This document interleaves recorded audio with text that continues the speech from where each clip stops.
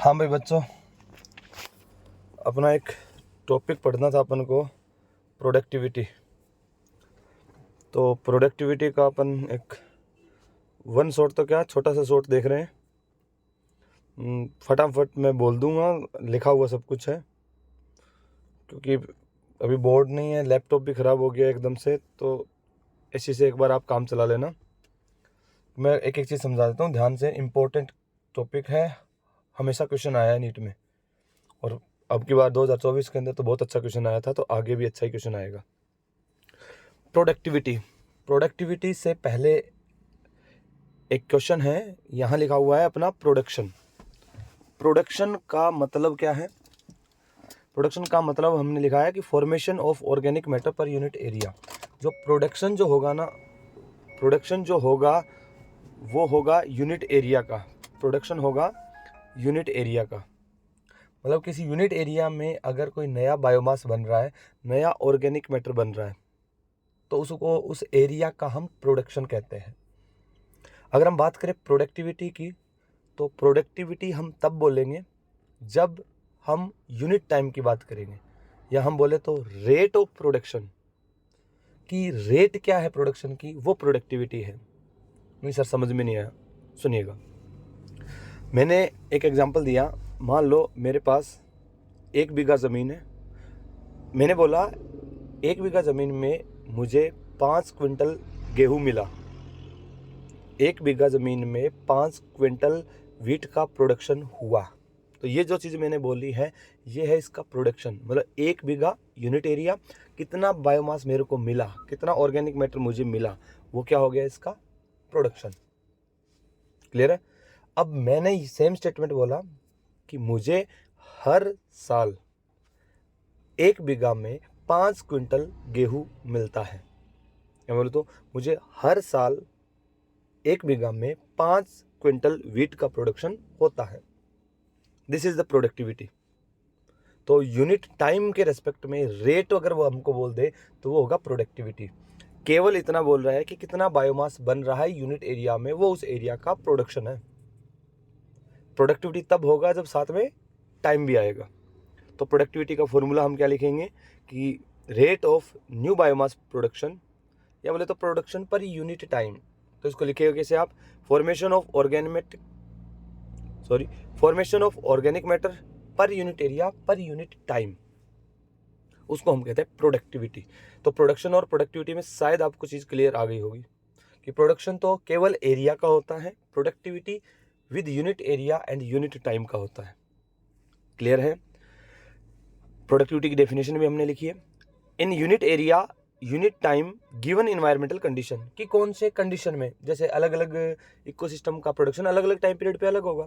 जैसे फॉरेस्ट की बात कर ले, अलग अलग सीजन में प्रोडक्शन बिल्कुल अलग होगा, कि सीजन कौन सा चल रहा है, रेनी सीजन चल रहा है कि अपने ऑटम सीजन चल रहा है, कौन सा सीजन चल रहा है, तो सीजन के हिसाब से प्रोडक्शन कम ज़्यादा होता रहता है। तो डेफिनेशन क्या देंगे, in unit area unit time given environmental condition, total नया बायोमास कितना इकोसिस्टम ने जनरेट किया है, बनाया है, वो हमारे उस इकोसिस्टम की प्रोडक्टिविटी है। तो प्रोडक्टिविटी के लिए यूनिट एरिया, यूनिट टाइम और गिवन इन्वायरमेंटल कंडीशन। बायोमास का मतलब समझ गए होंगे, नया लिविंग ने कितना प्रोड्यूस किया है। अगर वो प्लांट होंगे तो अपना प्लांट ग्रोथ कर रहे हैं, नई लीव्स आ रही है, फ्रूट्स बन रहे हैं, ये सब उसका क्या है, प्रोडक्शन है। और अगर टाइम के रेस्पेक्ट में ले लेंगे तो उसकी प्रोडक्टिविटी है। बट हम इकोसिस्टम की बात करते हैं तो इकोसिस्टम में केवल प्रोड्यूसर नहीं आते, प्रोड्यूसर भी है, कंज्यूमर भी है। कंज्यूमर में हर्बीवोर, कार्निवोर, और हमारे इकोसिस्टम में डिकम्पोजर वगैरह भी है, सब कुछ इंक्लूड है। तो एक इकोसिस्टम की प्रोडक्टिविटी जब भी हम बात करेंगे तो प्रोड्यूसर और कंज्यूमर दोनों की बात करेंगे। प्रोडक्टिविटी की सबसे पहले एक क्वेश्चन ये पूछ लेता है, यूनिट। हम जो बायोमास बन रहा है उसको मास में भी डिफाइन कर सकते हैं और एनर्जी में भी डिफाइन कर सकते हैं। मास का मतलब फूड बना है, नया ऑर्गेनिक मैटर बना है, तो उससे हम एनर्जी भी ऑब्टेन कर सकते हैं। तो वो मास भी हो सकता है, एनर्जी भी हो सकता है। अगर मास की फॉर्म में तो यूनिट क्या होगी, biomass per unit area per unit time, दोनों चीज़ लगा दो। तो मास लोगे तो आप मास किस में मेजर कर सकते हो, किलोग्राम में, ग्राम में, किलोग्राम, ग्राम, क्विंटल, इसी में करोगे। मान लो हमने किलोग्राम लिया तो kilogram per unit area, unit area हमने ले लिया मीटर स्क्वायर, तो किलोग्राम पर मीटर स्क्वायर पर ईयर। क्योंकि एक दिन का प्रोडक्शन नहीं होगा, एक दिन में हमको पता नहीं चलेगा। इसलिए हम प्रोडक्टिविटी देखेंगे तो एक गिवन टाइम पीरियड, एक अच्छा खासा टाइम देंगे इकोसिस्टम को। मान लो 1 साल का टाइम दिया, तो 1 साल में उस इकोसिस्टम में टोटल नया कितना बायोमास बनाया है, वो उसका क्या है, प्रोडक्टिविटी है। यूनिट क्या हो जाएगी, किलोग्राम पर मीटर स्क्वायर ईयर इनवर्स। अगर एनर्जी के रेस्पेक्ट में हमको बोल दे तो एनर्जी की यूनिट क्या है, किलो कैलोरी, किलो जूल, कोई सा भी हो सकता है, इसमें कोई दिक्कत नहीं है। किलो कैलोरी भी यूज करो, किलो जूल भी कर सकते हो। तो kilo calorie per metre square per year, इसके जगह kilo joule per metre square per year भी हो सकता है। प्रोडक्टिविटी की अगर हम बात करें, 2 प्रकार की डिफाइन करते हैं, प्राइमरी एंड सेकेंडरी। इकोसिस्टम के अंदर सबसे पहले एनर्जी फिक्स करने वाले प्रोड्यूसर है। तो ऑटोट्रोफ लेवल पर जो प्रोडक्टिविटी होती है, ऑटोट्रोफ लेवल के ऊपर जो प्रोडक्टिविटी होती है, उस प्रोडक्टिविटी को हम कहते हैं primary productivity. While productivity at heterotrophic level, या मैं बोलूँ तो कंज्यूमर लेवल, कहलाती है सेकेंडरी प्रोडक्टिविटी। तो नेचर में सबसे पहले प्रोडक्शन करने वाले प्रोड्यूसर है, ऑटोट्रोफ है, तो उस प्रोडक्टिविटी को हम कहते हैं प्राइमरी प्रोडक्टिविटी। कंज्यूमर लेवल पे जो प्रोडक्टिविटी उसे हम बोलते हैं सेकेंडरी प्रोडक्टिविटी।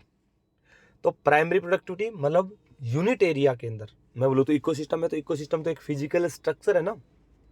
जैसे फॉरेस्ट मैंने बोला, तो फॉरेस्ट का एक पर्टिकुलर एरिया होगा, तो उस एरिया में मिलने वाले जितने के जितने प्लांट है, हार्ब, शार्ब, ट्रीज, अंडरशार्ब, जो सब कुछ प्रोड्यूसर है, उस यूनिट एरिया के अंदर, उस इकोसिस्टम के अंदर सभी प्रोड्यूसर ने मिलकर जितना बायोमास बनाया है, वो उस इकोसिस्टम की प्राइमरी प्रोडक्टिविटी है। सेकेंडरी क्या होगी, प्रोड्यूसर ने जो बनाया, तो प्रोड्यूसर को कौन खा रहा है, कंज्यूमर। तो कंज्यूमर खा के वो भी तो अपना बायोमास बना रहा है, अपनी नई प्रोजनी प्रोड्यूस कर रहा है, नए बच्चे पैदा कर रहा है, तो वो क्या है, सेकेंडरी प्रोडक्टिविटी। अब बात कर रहे हैं प्राइमरी प्रोडक्टिविटी की। तो प्राइमरी प्रोडक्टिविटी के लिए यहाँ पे देखो आपके सामने एक इकोसिस्टम है, इकोसिस्टम में प्रोड्यूसर भी है, कंज्यूमर भी है, डिकम्पोजर भी आपको दिख रहे हैं। तो जो अर्थ के ऊपर जो लाइट आ रही है, जिसको आप ISR कहते हो, इंसिडेंट सोलर रेडिएशन, जितनी अर्थ के ऊपर गिर रही है, केवल उसका 1 to 5% ही फोटोसिंथेसिस में काम में आता है। इसका एक अलग से हम बात करेंगे, जब लाइट की बात करेंगे, तो ये 1 to 5 क्या है, ये हम अलग बात करेंगे। अब याद रखिएगा, जितनी लाइट अर्थ पे आ रही है, उसका 1 to 5% ही है जो कि फोटोसिंथेसिस में काम में आता है। तो प्राइमरी प्रोडक्टिविटी का मतलब, प्राइमरी प्रोडक्टिविटी को हमने 2 पार्ट में डिवाइड किया है कि उस इकोसिस्टम के अंदर यूनिट एरिया में वहाँ के जितने प्रोड्यूसर हैं, सब ने नया बायोमास कितना बना दिया, वो प्रोड्यूसर लेवल की प्रोडक्टिविटी प्राइमरी प्रोडक्टिविटी है। प्राइमरी प्रोडक्टिविटी 2 टाइप की हो सकती है, एक है GPP, एक है NPP। GPP को बोलते हैं ग्रोस प्राइमरी प्रोडक्टिविटी, और दूसरा है NPP, net primary productivity. Gross primary productivity का मतलब क्या है, बिना किसी खर्चे के टोटल इकोसिस्टम में कितना नया बना इकोसिस्टम में आ रहा है। जैसे बोला, rate of organic matter produce per unit area over a period, मतलब पर ओवर ए पीरियड का मतलब टाइम आ गया, बाय प्लांट ड्यूरिंग फोटोसिंथेसिस, कि यूनिट एरिया के प्लांट ने पर्टिकुलर टाइम पीरियड में टोटल फोटोसिंथेसिस करके कितना नया फूड बनाया है, वो GPP है, ग्रोस प्राइमरी प्रोडक्टिविटी है। टोटल फूड का मतलब, जैसे ग्लूकोज बोल दो, ग्लूकोज बनाया है, या मैं बोलूँ तो फूड बनाया है, तो ग्रोथ भी तो कर रहा है।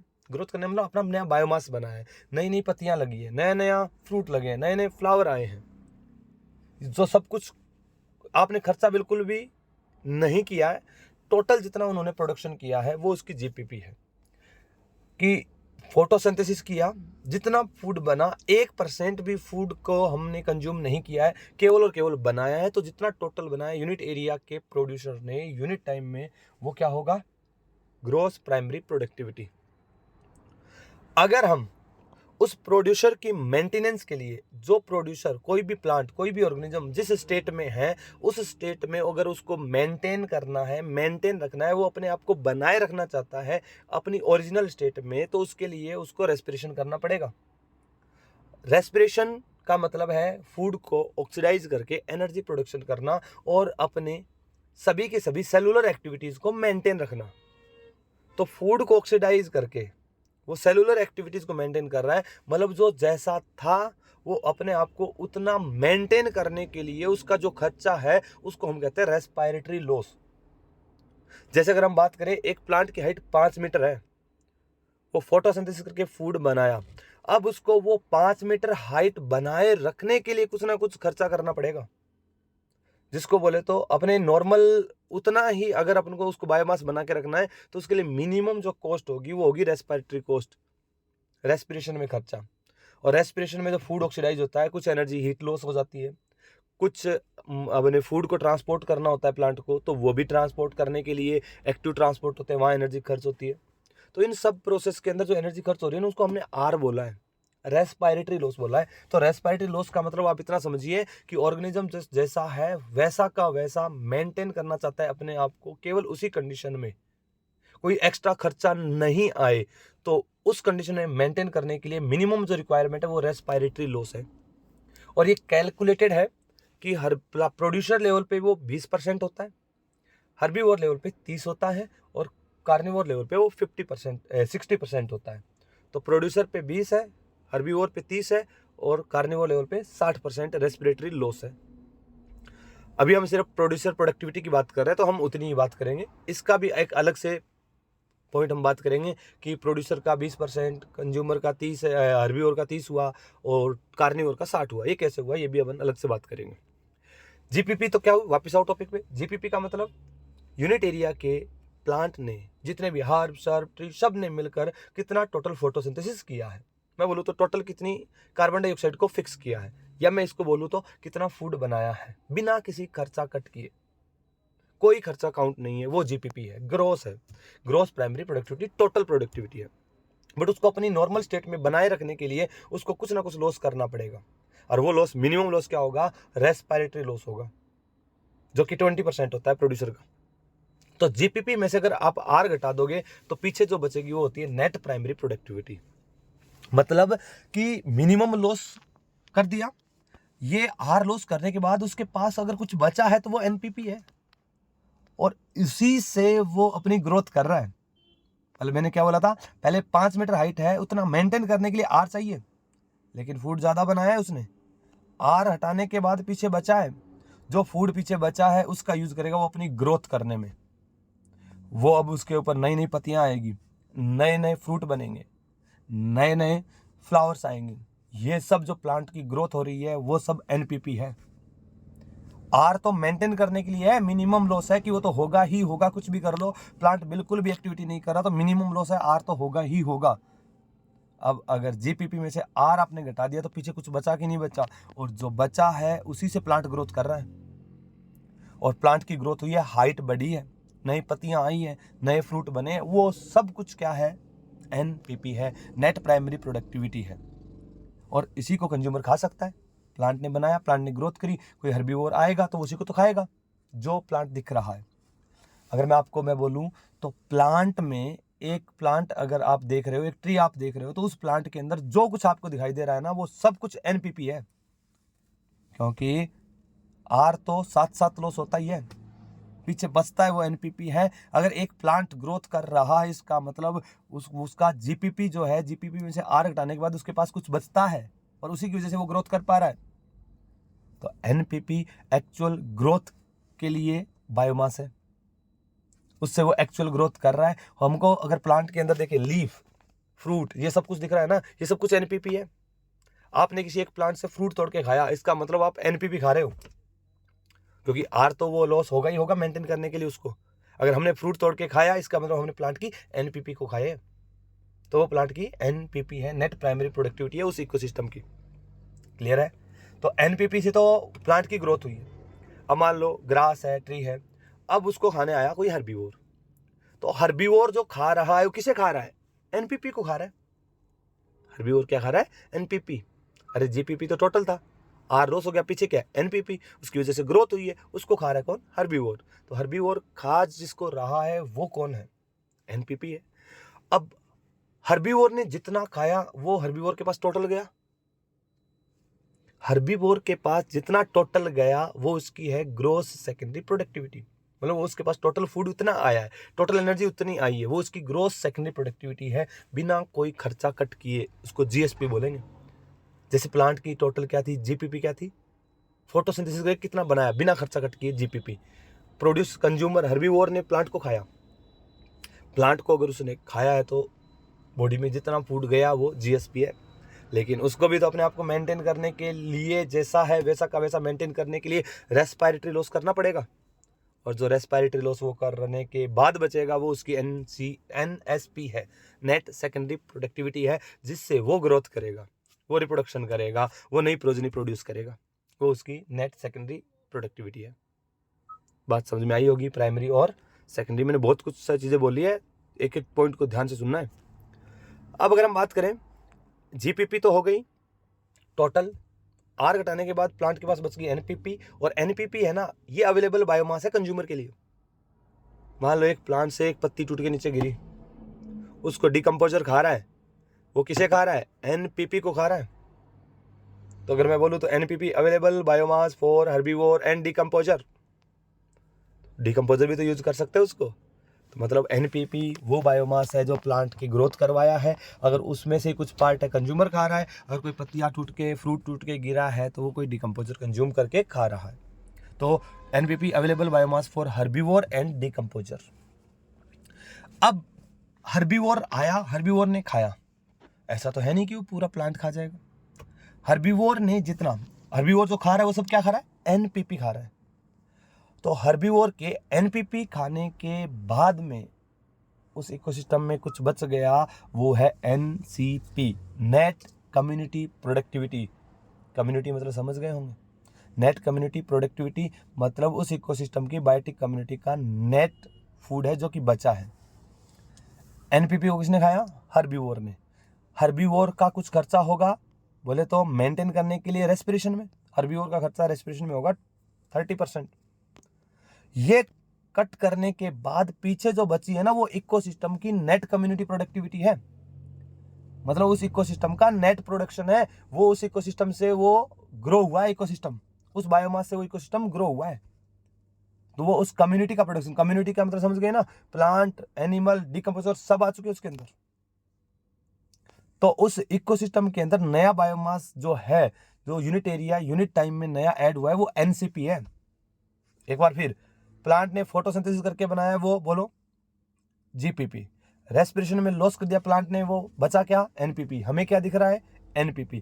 हर्बीवोर क्या खाएगा? NPP। जितना खाया हर्बीवोर के पास गया वो उसकी GSP, उसमें से लॉस हो जाएगा रेस्पिरेटरी लॉस, फिर क्या बचेगा? NSP, net secondary productivity. तो अब अगर हम बात करें NCP की, तो NCP क्या है? हेट्रोट्रोफिक रेस्पिरेशन को हटा दो आप, कि हर्बीवोर जो खा रहा है उस रेस्पिरेशन को हटा दो, पीछे जो बचेगा वो NCP बचेगा। मगर NPP का बचा हुआ पार्ट ही NCP है, NPP का बचा हुआ पार्ट ही NCP है। बोले तो नेट कम्युनिटी प्रोडक्टिविटी, उस इकोसिस्टम की प्रोडक्टिविटी है वो। जैसे एक क्वेश्चन दिया है, थोड़ा सा कॉम्प्लिकेट हो जाएगा, थोड़ा ध्यान से सुनिएगा।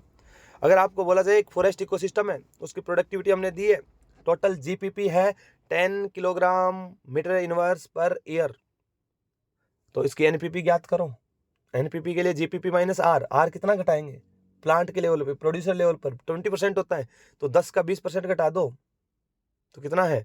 तो 10 - 2 कितना आ जाएगा? 8 किलोग्राम पर metre square per year.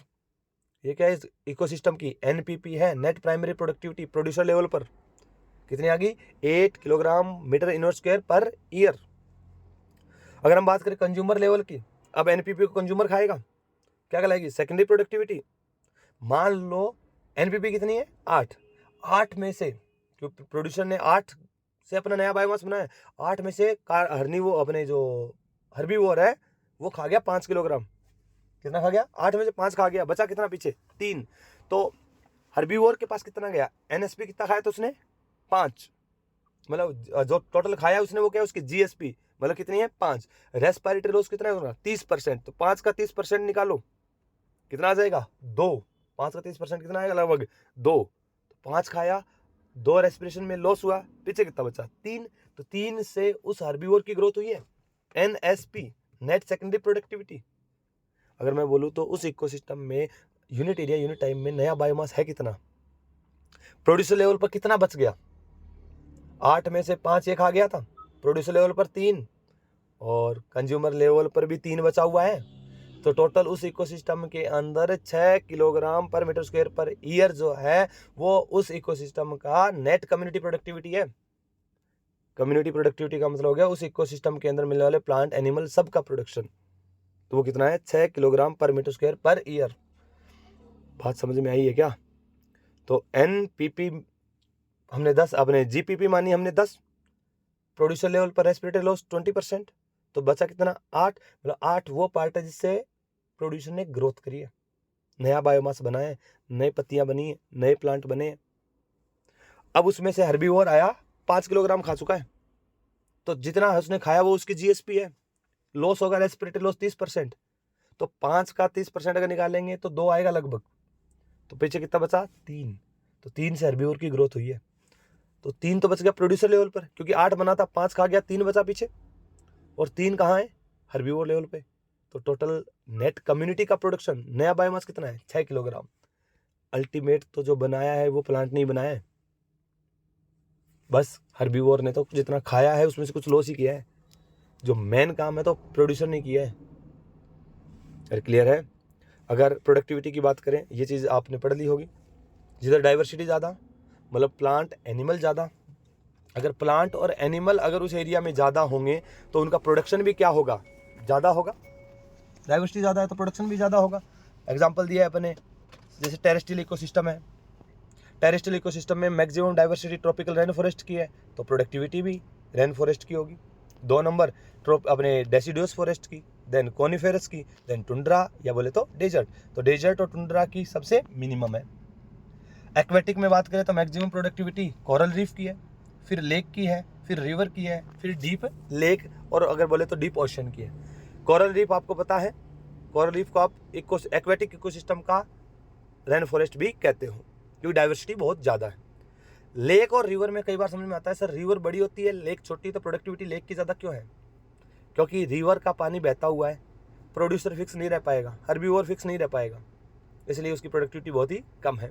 Deep lake मतलब, डीप लेक का मतलब समझ गए होंगे, डीप लेक में प्रोडक्टिविटी कम होने का रीजन वहाँ लाइट ही नहीं पहुँच रही है, लाइट नहीं पहुँच रही है तो अपने प्रोड्यूसर नहीं है, प्रोड्यूसर नहीं है तो प्रोडक्टिविटी नहीं है, इसलिए मिनिमम है। टुंड्रा और डेजर्ट में डाइवर्सिटी नहीं है, मैं बोलूँ तो इक्वेटर से पोल की तरफ जा रहे हैं, डाइवर्सिटी कम हो रही है, प्रोडक्टिविटी कम हो रही है। टोटल पूछ ले पूरी अर्थ पर maximum diversity tropical rain forest, maximum productivity tropical rain forest. अगर हम बात करें एक्वेटिक इकोसिस्टम की प्रोडक्टिविटी टेरेस्ट्रियल से कम होती है, क्यों? पहला रीजन, ट्रॉपिकल अपने एक्वेटिक एरिया की प्रोडक्टिविटी कम है, उसका रीजन क्या है? सबसे पहला रीजन, एक्वेटिक एरिया में लाइट लिमिटिंग है, क्योंकि जैसे जैसे गहराई पे जा रहे हैं पानी लाइट कम होती जा रही है। दूसरा, अपने टेरेस्ट्रियल एरिया पे मिलने वाले प्लांट का बायोमास ज़्यादा है। अगर हम बात करें पॉन्ड के अंदर फाइटोप्लैंक्टन छोटे प्लांट होंगे और वहीं पे फॉरेस्ट में एक बड़ा ट्री होगा, बायोमास ज़्यादा, क्लोरोफिल ज़्यादा, फोटोसिंथेसिस ज़्यादा, ग्लूकोज ज़्यादा बनेगा, फूड ज़्यादा बनेगा, प्रोडक्टिविटी ज़्यादा होगी। एक तो एक्वेटिक एरिया में लाइट लिमिटिंग है, दूसरा जो प्रोड्यूसर है उनका बायोमास कम है। अरे क्लियर है? क्योंकि वहाँ प्रोड्यूसर माइक्रो ऑर्गेनिज्म है। और रीजन कि एक क्वेश्चन आता है इंपॉर्टेंट जो समझ में नहीं आता, कोशिश करिएगा समझने की। समंदर में नाइट्रोजन की कमी है जबकि लेक के अंदर फॉस्फोरस की कमी है। एनसीईआरटी ने क्वेश्चन पूछा है कि एक्वेटिक इकोसिस्टम की डाइवर्सिटी अपने प्रोडक्टिविटी कम है जबकि अर्थ पर एक्वेटिक पार्ट ज़्यादा है, ओशन पार्ट ज़्यादा है। आपको पता है हमारे अर्थ का मैक्सिमम पार्ट तो पानी है, समंदर ही है, बहुत कम पार्ट है जो कि लैंड वाला एरिया है, लेकिन प्रोडक्टिविटी लैंड पे ज़्यादा है।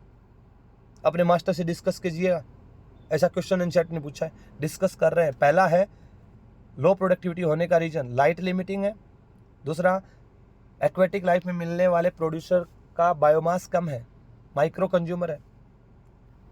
नेक्स्ट रीजन, नाइट्रोजन कम है ओशन में, बिकॉज नाइट्रोजन फिक्सेशन करने वाले बैक्टीरियाज पानी में ओशन में बहुत कम है, because most of the water जो ओशनिक वाटर है जो कि सेलाइन वाटर है, और सेलाइन वाटर है तो इस सॉल्ट की कॉन्सेंट्रेशन को माइक्रो ऑर्गेनिज्म टॉलरेट नहीं कर पाएगा, रेगुलेट नहीं कर पाएगा, मर जाएगा। बहुत कम पाए जाते हैं वहाँ पर ये नाइट्रोजन फिक्सेशन करने वाले। साथ में ओशन का बॉटम बहुत गहराई पर है, बॉटम पता ही नहीं कहाँ पर है, तो वहाँ उस बॉटम के अंदर सॉइल के अंदर इस प्रकार के माइक्रोब्स नहीं है, तो इसलिए नाइट्रोजन की ओशन के अंदर कमी हो जाती है। लेक में कमी नहीं होती, क्योंकि लेक जहाँ कहीं पे भी मिलती है, लेक का साइज छोटा है। दूसरा, लेक जिस भी इकोसिस्टम में आसपास में मिलेगी, अगर कभी भी रेनफॉल होता है तो सराउंडिंग इकोसिस्टम से बहुत सारे रेत आती है, मिट्टी आती है पानी के साथ बहकर, और मिट्टी के अंदर होते हैं, आपको पता है साइनोबैक्टीरिया वगैरह जो नाइट्रोजन फिक्सेशन कर रहे हैं, ऑलरेडी नाइट्रोजन फिक्सेशन करके रख रखी है, और बहुत सारी फिक्स्ड नाइट्रोजन मौजूद है हमारी सॉइल के अंदर। और ये सारी की सारी नाइट्रोजन पानी के साथ, बारिश के साथ नदी अपने लेक में आ जाती है, और लेक में आ गई तो लेक की डिमांड पूरी हो जाती है नाइट्रोजन की। इसलिए एक्वेटिक इकोसिस्टम में लेक में नाइट्रोजन की कमी नहीं है, जबकि ओशन में नाइट्रोजन की कमी है। इसका उल्टा, ओशन में फॉस्फोरस की कमी नहीं है, लेकिन लेक में फॉस्फोरस की कमी है। उसका रीजन है कि जो ओशन है उसके अंदर देखने को मिलता है अपन को फॉस्फोरस की रॉक्स, बड़ी बड़ी चट्टानें होती है ओशन के अंदर, जिनसे वेदरिंग प्रोसेस चलती रहती है और धीरे धीरे फॉस्फोरस रिलीज होता रहता है।